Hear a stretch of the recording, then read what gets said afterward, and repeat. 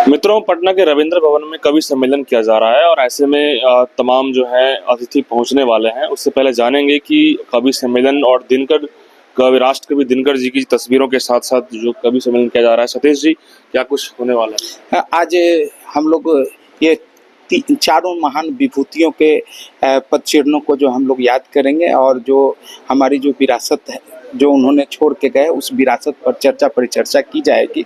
और साथ साथ जो है हम चारों महान विभूतियों के श्री चरणों में तर्पण कार्यक्रम में आयोजित किया गया है सब लोगों के द्वारा।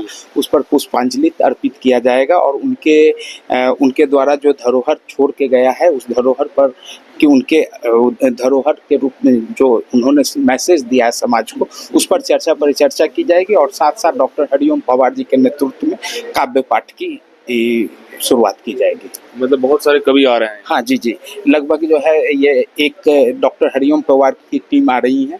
उसमें डॉक्टर ये पवन तिवारी जी हैं, वो जसवीर सिंह हल्दर जी हैं, और विनीत शंकर हैं, प्रेरणा प्रताप हैं, और अल्पना आनंद है, उसके बाद उत्कर्ष हैं, विकास हैं, ऐसे सारे कवि।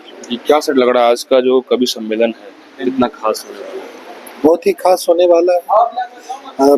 बिहार के सांस्कृतिक धरोहरों को आज यहाँ पे श्रद्धांजलि दी जाएगी, जिसमें दिनकर जी हैं, हमारे आचार्य किशोर कुणाल जी हैं, शारदा सिन्हा जी हैं, उषा किरण जी हैं। इन सभी लोगों को यहाँ श्रद्धांजलि तो दी ही जाएगी, लेकिन श्रद्धांजलि का ये तरीका बड़ा ही एक साहित्यिक है। और जब संस्कृति और साहित्य से जुड़े लोगों की श्रद्धांजलि इस प्रकार के कविता पाठ से हो, कवि सम्मेलन से हो, तो वो ज़्यादा ही प्रासंगिक लगता है और वही सही दिशा में और सही मायने में श्रद्धांजलि कही जाती है। दिनकर जी की जो कविताएं हैं आज भी हम लोग के लिए बहुत प्रेरणा स्रोत है। क्या उसको हमेशा दिनकर जी की कविताएं तो हमेशा के लिए और हर काल और समय के लिए प्रेरणा का स्रोत रही हैं।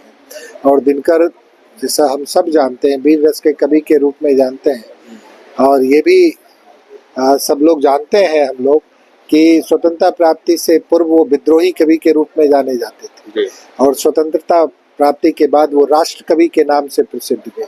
लेकिन उन्होंने अपनी कविता के माध्यम से कभी भी सत्ता की आलोचना नहीं छोड़ी, और ये कारण था कि जिन्होंने जवाहरलाल नेहरू ने उनको राज्यसभा से सांसद बनाया, उनके सामने भी वो सत्ता की आलोचना करने से कभी भी नहीं डरते थे और मुंह के सामने वो आलोचना करते थे। यानी कि सत्ता के साथ घुटना नहीं टेके।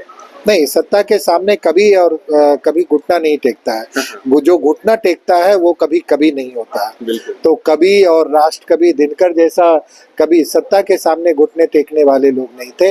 उन्होंने सत्ता को सही मार्ग में चलने की हमेशा प्रेरणा दी अपनी कविताओं के माध्यम से। अभी भी तो ऐसे कवि की बहुत जरूरत है हमारे देश के लिए, हमारे राष्ट्र के लिए, क्या लगता है? निश्चित रूप से कविता को कभी मरने नहीं देना चाहिए। कविता एक ऐसी आवाज है जो लोगों की आवाज होती है, जो लोगों की संवेदनाओं की आवाज होती है, उनकी वेदनाओं की आवाज होती है, उनका दर्द बयान करता है, सत्ता की निरंकुशता को बयान करता है।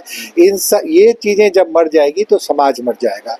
कभी जिंदा है इसका मतलब समाज जिंदा है। यानी कि राष्ट्र के लिए और देश के लिए समर्पित जो कवि हैं उनकी अभी भी बहुत ज़्यादा जरूरी है, क्योंकि देश के लिए आवाज़ तो कोई उठाने वाला होना चाहिए। बिल्कुल, देश के लिए आवाज़ सब लोग उठाते हैं, लेकिन कवि को बिल्कुल उन्मुक्त हो से जिस तरीके से कविता के माध्यम से आवाज़ उठाता है, तो वो सिर्फ आवाज़ ही नहीं उठाता है, वो आवाज़ सभी सुनने वालों के लिए प्रेरणा का स्रोत बनता है। वो जनता के लिए भी, वो सत्ता में जो लोग हैं, सत्ता नशीन है, उनको भी प्रेरित करता है, उनको भी सही मार्ग पर चलने की प्रेरणा देता है। जो पक्ष में पक्ष विपक्ष सभी लोग, सत्ता का मतलब होता है जब तक पक्ष, लोकतंत्र में पक्ष और विपक्ष दोनों ही सरकार के अंग होते हैं, तो दोनों पर ही दोनों की अपनी अपनी भूमिका है और दोनों को अपनी अपनी भूमिका में रहने के लिए बाध्य कवि अपनी कविता के माध्यम से कर देता है। आरटीआई एक्टिविस्ट हैं। मैं तो विधायक हूँ, मटिहानी से विधायक हूँ, दिनकर की भूमि से ही हूँ, बेगूसराय के मटिहानी विधानसभा क्षेत्र से। सिमरिया जो जगह है, बिल्कुल सिमरिया, जहाँ पे गंगा स्नान करने जी वहीं से मैं वहीं से विधायक। बीजेपी विधायक, मैं जनता दल यूनाइटेड का। अच्छा जी, बिल्कुल, थैंक यू सर। देखिए, आज दिनकर कवि के जो तस्वीर दिख रही है मेरे सामने और तमाम जो है कवि पहुंच रहे हैं और कवि सम्मेलन की इसलिए की जा रही है क्योंकि हमारे देश में मुद्दों की बात जब आती है तो कवि का भी एक उन्मुक्त बातें आती है और हर लोगों के लिए प्रेरणा स्रोत बन जाता है। और कवि कहा जाता है कि जहाँ न जाए रवि वहाँ जाए कवि, ऐसी कहावत है और बिल्कुल ये चरितार्थ की जाती है क्योंकि जिस तरीके से अभी भी जैसे कि बहुत सारे ऐसे दिग्गज कवि हैं हमारे देश में जो आवाज़ को तो बुलंद करते ही हैं और आज जो है रविंद्र भवन में आवाज़ को बुलंद किया जाएगा कवि के द्वारा, कई सारे ऐसे शब्दों के द्वारा। तो आप तमाम लोग इस वीडियो को लेकर कमेंट में बताइएगा। धन्यवाद।